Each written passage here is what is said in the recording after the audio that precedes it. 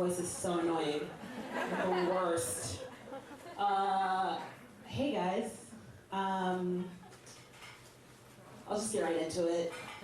I've been on online dating for like 5 years now, since I was in college. Because I've always been one of those people that I assumed like had to be online dating because like I wasn't like cool enough. And just so you can like gauge how cool I am, I'm an identical twin, and when I was in middle school, my twin sister was extremely popular, and I was extremely unpopular. Like, she would sit at the cool table with all the popular kids, and I would sit in the corner like a troll, alone, hunched over, reading the Ender's Game series. I'm glad a lot of you know what that is, and if you don't know what it is a sci-fi trilogy for young adults in which a little kid named Ender Wiggin commits genocide in space. That's what happens in that. And that's who I was. So I was like, yeah, I'm totally gonna have to online date. But it turns out everybody does it. So my first experience was actually with eHarmony. Because I was like, when I was in college, I was like a super Christian. And I was like, yeah, I'm a Christian. I'm gonna go on eHarmony and Jesus is gonna find me love. So I went on there. And I was a broke college student, and eHarmony till this day, like inflation hasn't touched it. Like what? Till this day, it's like $60 to sign up for eHarmony. I was like, what the hell am I paying for on eHarmony? And the whole time I was on there, I never got a single interaction with anybody. And one day, I got a call from like a random number, and this was the call. Bring. Hello. Hi, this is Mary from eHarmony. Everybody on eHarmony is in Texas. And I was like, what? Like, why? What? How can I help you? We've noticed that there has been zero activity on your eHarmony profile. And I just wanted to know, how can I help you?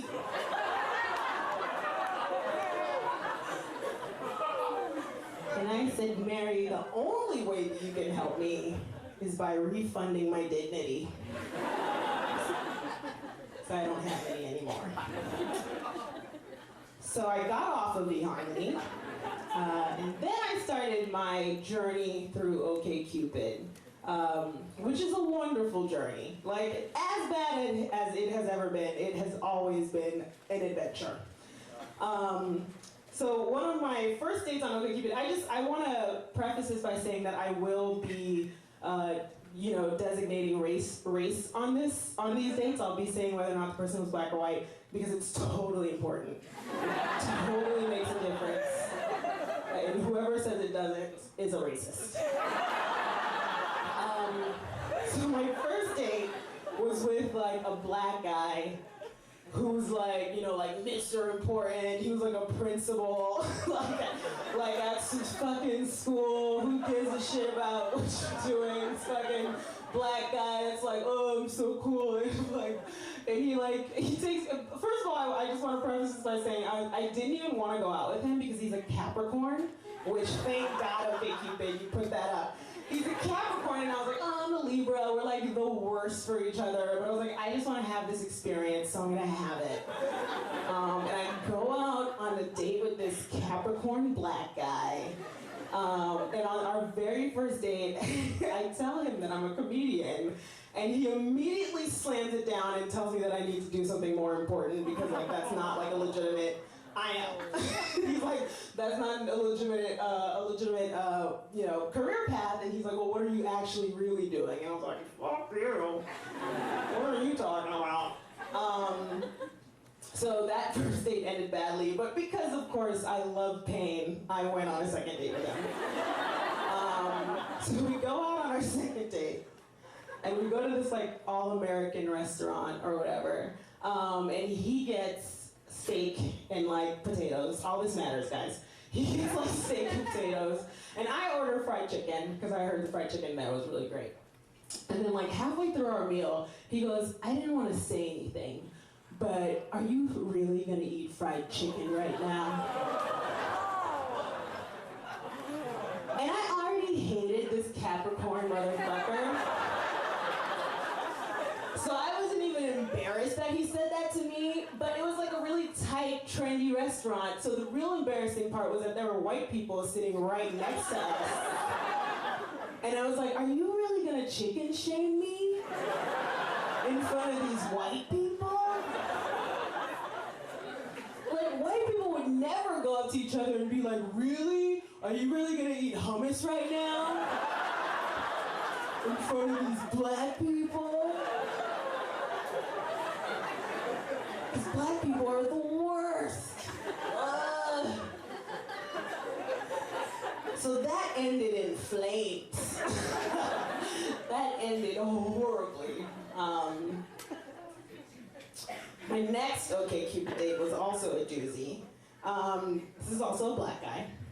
Totes important information. So on our, we only ever went out on one date. So we go out. I was in Boston at the time. I'm from Massachusetts. Did somebody just woo? Okay, no? All right. I heard somebody go, no. All right. We're going on the date. And at the time I had a Prius, and I was like, I'm the coolest bitch on the planet with this fucking Prius, okay? Ender's Game Prius. Here I am. And pick him up in my Prius. And I'm the worst driver ever. I'm a horrible driver to this day. I get nervous for no reason. I'm on this date. I'm already just, oh, I should also mention, so he is, let me describe the guy, right? Black guy, super tall. He just graduated from Carnegie Mellon in like some like science like major, whatever like smart people major in. And he like was basically like looking for his wife. And he was just like super nerdy, super nervous all the time, like just the worst. We go out on this date, and I was just like, but maybe this is what I need, right? Like, isn't that what girls are always thinking? Like, oh, this is totally the worst guy ever. But like, maybe this is what I need because I'm always like going for the guys that are wrong for me. So I was like, yeah, this is gonna work. I'm gonna do this. So I go out with this nerd from Carnegie Mellon, and I'm not a nerd. This is a nerd. Pick him up in my place. We go to dinner. On our way back from dinner, I'm driving him home, and I go down the wrong way on a one-way street.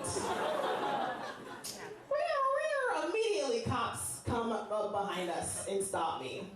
And like the cop is coming up, and I'm like cool with this because as a bad driver, I'm used to being stopped by the cops.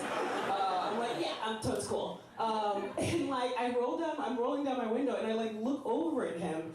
And he's like so tall, but this like made it look even worse because he was like hunched over, and he had like his backpack on him on his lap, and he was like shaking from fear for the cops coming, and I could literally like smell the fear on him. You know when you can smell like pheromones? Like I could smell the fear on this dude. He was so scared, and I was like, he looked like a black Gollum. You know Gollum from like, he looked horrible, and I was like, this is the worst. And the cop lets me go, and it's fine. And in my mind, I'm like, this is totally, he knows this is over, right? This is not gonna happen at all. Dropping him off, and he goes, oh, you wanna come into my apartment? And I'm like, okay, fine, adventure, I'm gonna go. I go into his apartment, and he starts talking about how he plays the guitar, and he like, has his stuff up on MySpace. And like, I should like, he wants to play a song for me. I'm like, yeah, I want to hear a song. So he plays me like Matchbox 20 on his guitar. And he's horrible, guys. Like, he should stick to his profession, not me. He should stick to his profession. It's horrible. And I was like, okay, great, thanks, bye. So I'm like, bye, I'm gonna leave now. This has been the worst date, not ever, but pretty bad. And he is so distraught by this, like I'm walking out, he comes out with me, he walks out with me like into the street, and we're on like Commonwealth Avenue. If anybody's from Boston, it's like a huge avenue, BU, Boston University is on there. He like lives near there. He comes out on Commonwealth Avenue, gets down on the sidewalk, and like he like gets into like a fetal position and starts like rocking back and forth and like basically having a mental breakdown. And I was just like, what do I do right now? How do I deal with this? And of course, I'm not gonna like leave him there. So I like get down and like comfort him. I'm like, it's gonna be okay. I don't know, like it's probably, and I'm the worst comforter, so I was like, it's probably not gonna be okay, but maybe it'll be okay. Like it's not gonna happen with me, but like it'll happen with somebody. He's just like, just come back to my apartment with me. And I was just like, no, that's not gonna happen at this point. So I get away, and I get back to my Prius, and I smell something weird, and I look over to his seat, and you probably guessed it, he peed on my Prius. He peed on my Prius seat. Did somebody say Prius? I heard you. Thank you very much, sir. Prius. Thank you. I'm gonna take it. That was a great date from OkCupid. The next small experience I had on there was a girl actually emailed me. So this girl emails me. Oh, I have the email, of course, because I need it. And this, I mean, I was like, oh, this is weird, but like, whatever. It's not the weirdest thing. This is the email. Hey, my guy friend Philip and I came across your profile. He likes you, but wants to know if you're fat. We can't tell from your pictures. Can you please reply and let us know, are you fat?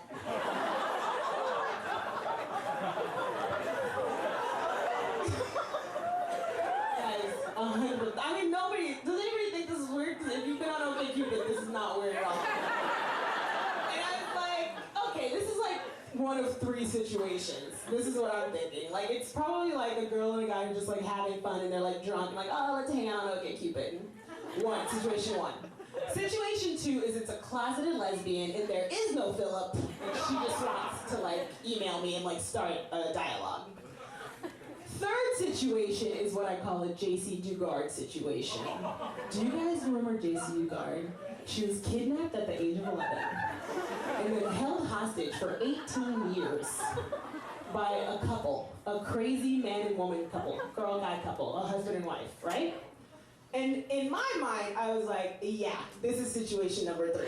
I was like, if I reply, they're gonna have my IP address, they're somehow gonna kidnap me, and I'm gonna die from this stupid girl asking me if I was fat. But I couldn't let it end that way, so I replied, and I was like, no. I'm not fat. The last thing I'll tell you was I went on my first white guy date on OkCupid. Yeah, one white guy. I went on my first white guy date. And it was like, the date was fine, but it wasn't even the date. It was like, I was the first within my black female circle to kind of like break the seal and go to the other side. So they had a lot of questions. Like my roommates had a lot of questions. They were like, oh my God, like, what did he look like? Like, what did you guys do? Can you describe him? And I was like, you know what, guys? Like, he's kind of hard to describe. He doesn't have very many distinguishing features. He kind of looks like a serial killer. And they were like, oh, so he's got brown hair, brown eyes. Average height. He was raised Catholic, but now identifies as spiritual, but not religious. And I was like, oh my God, guys, how did you know? Guys, that's because black people are prejudiced too. Thank you so much. I'm Charla.